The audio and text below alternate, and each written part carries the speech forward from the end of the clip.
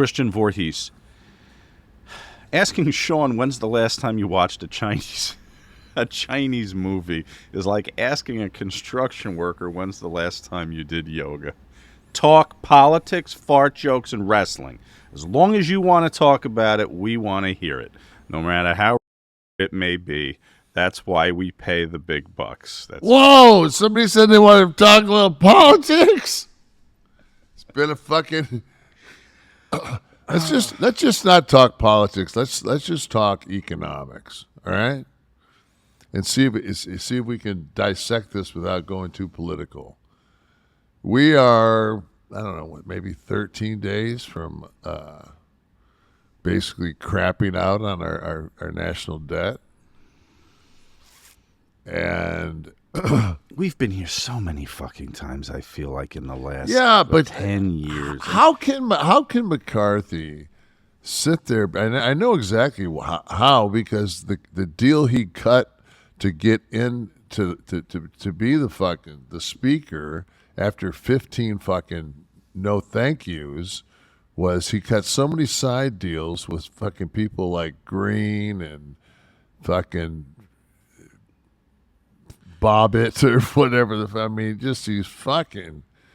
It becomes impossible to serve all the masters when you sell pieces of yourself like that. Yeah, and the thing is, it's just like, do we have that one thing where it's the cat that's like bringing up all the things that they want to cut. And then the Republicans the cutting the spending. Do we have that? It was an Insta video. I thought that was pretty interesting. Close up of the guy's face. I'm sure I gave that to you.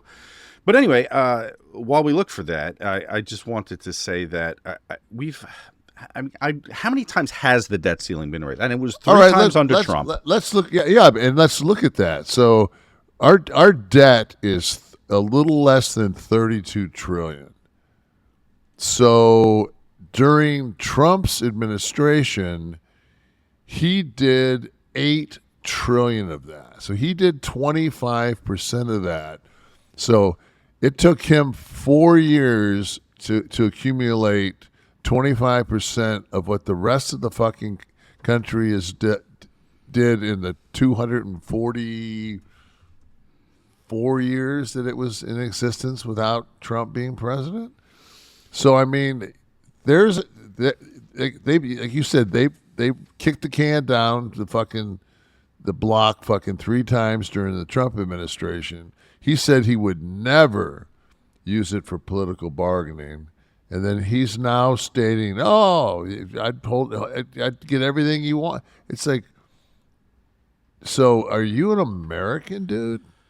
The danger here is China, yes, Russia, yes. They are watching this with bated breath because here will be, I mean, they could say whatever they want about Western politics and our intervention into their business. They want democracy to fail. Here would be the first tangible thing they can point to. That's not it. It's not that one. I sent you. It's a dude's face. It's like a close up of a guy's face. But here would be the first public indication that they can of our system collapsing, and they can use this. It's a sign of weakness, and of course, as you know, with in the shell game of international politics. The front you put up, the image you have is half the game. Could you imagine if China had a world currency waiting? This is all they would need is this fucking little bit of a glimmer. If they had a world currency, we would be fucked. It's a good espionage novel right there. The Chinese currency they've been hiding from. Waiting for it's that guy, yeah, right there. Let's just listen to him for a second here. That's how whenever a Democrat gets in office, the GOP is like, we want a balanced budget. And so we say, okay, well, we can start by repealing the $2.1 trillion in tax cuts for billionaires. And Republicans are like, no, we're not going to do that. And so then we say, well, how about we get rid of the $6,000 a month that Americans are paying for corporate welfare? And Republicans are like, no, we're not going to do that either. And so then we say, what if we audit this bloated military budget and find out where trillions of dollars went missing? And Republicans are like, no, we're not going to do that either. And so then we say, how about we stop deregulating banks and stop bailing out billion-dollar corporations? And Republicans are like, no, we're not going to do that either. And then we say, what if we get rid of the trickle-down scam that has taken $50 trillion in wealth from middle-class people and given it to the top 1%? The Republicans are like, no, we're not going to do that either. So finally, we're like, okay, well, then how exactly Republicans do you want to balance the budget? And they say, well, that's easy. We're going to cut veterans care, cut Social Security, cut Medicare, cut student loan relief. And we're going to cut free school lunches and SNAP for poor people. You ever notice how whenever a Democrat... So, and as this guy's saying this, those of you that are listening, he's got the news headlines at the bottom of the screen for each of the things he talks about and each of the proposed. And that's frightening to me. That's frightening to me that you sit there and your constituents put you into office, and you sit there and you say, you know what, we need to cut. The first place to look at is Social Security, Medicare. We need to look at the entitlements for the old people. Now, I don't know where the fuck these people came from, but there's two people you take care of. One, it's the old people, because fucking they've just carried the fucking wagon, man. Every one of those motherfuckers, man, they carried the wagon. I mean, they've done their job. It's time for somebody to take care of them. And the next one is the children, because they've got to push this fucking country forward. So your money has to be spent in education to make sure that we don't continue to fall behind. And then you've got to take would you rather, it's like the fucking movie Dave, would you rather fucking have the after-school program, or would you rather do the survey to see whether people are happy with the automobile that they've already bought? Yeah, I thought so. Maybe we'll have the after-school program. Yeah. So it's just common sense, it's common decency, and I don't, it's like the Second Amendment. One of the things, like, people read the Second Amendment and they have this abbreviated version of it. And in essence, though, there's only a couple of lines, and one of them is that it's in order to arm a highly regulated militia. To serve a highly regulated militia is the actual quote. Yes. Yeah, to serve so tell me, if it's to serve a highly regulated militia, where's our fucking regulation? Why is it the most now you can fucking go to 7-Eleven and fucking get a Glock. It's ridiculous. So if you're going to fucking pick your little, but it says right to bear arms. It says right to bear arms. It's as long as these things are followed.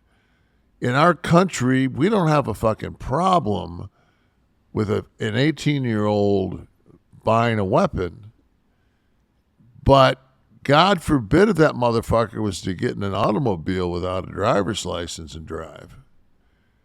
And the chance of him fucking killing, 17 kids while they're in class is pretty limited while he drives an automobile. The budget issue, I mean, this is the age-old tug of war. There's nothing new in the categories that both sides of the aisle are going to fight for. The Republicans are going to try to wrest some of these the entitlement programs. I think has become a pejorative. It's kind of used in a nasty way. But any social services in any way is the first place they go to. And then the left always will address the military budget first. And so this tug of war happens all the time. Now, here's the thing. When we're talking about defaulting on our debt, okay, as a nation, this isn't the average budget bill, okay? So this is like an emergency stopgap measure. Don't you think that we should strip away the ability for, like, if a normal bill, if a normal budget is coming to surface without a ticking time bomb attached to it, which is what we have here now, Right. I think there has to be, like the rules of debate. You can bring up this, you can't bring up that. We should have like a number of strikes that each side can use, and then it's got to be fucking passed.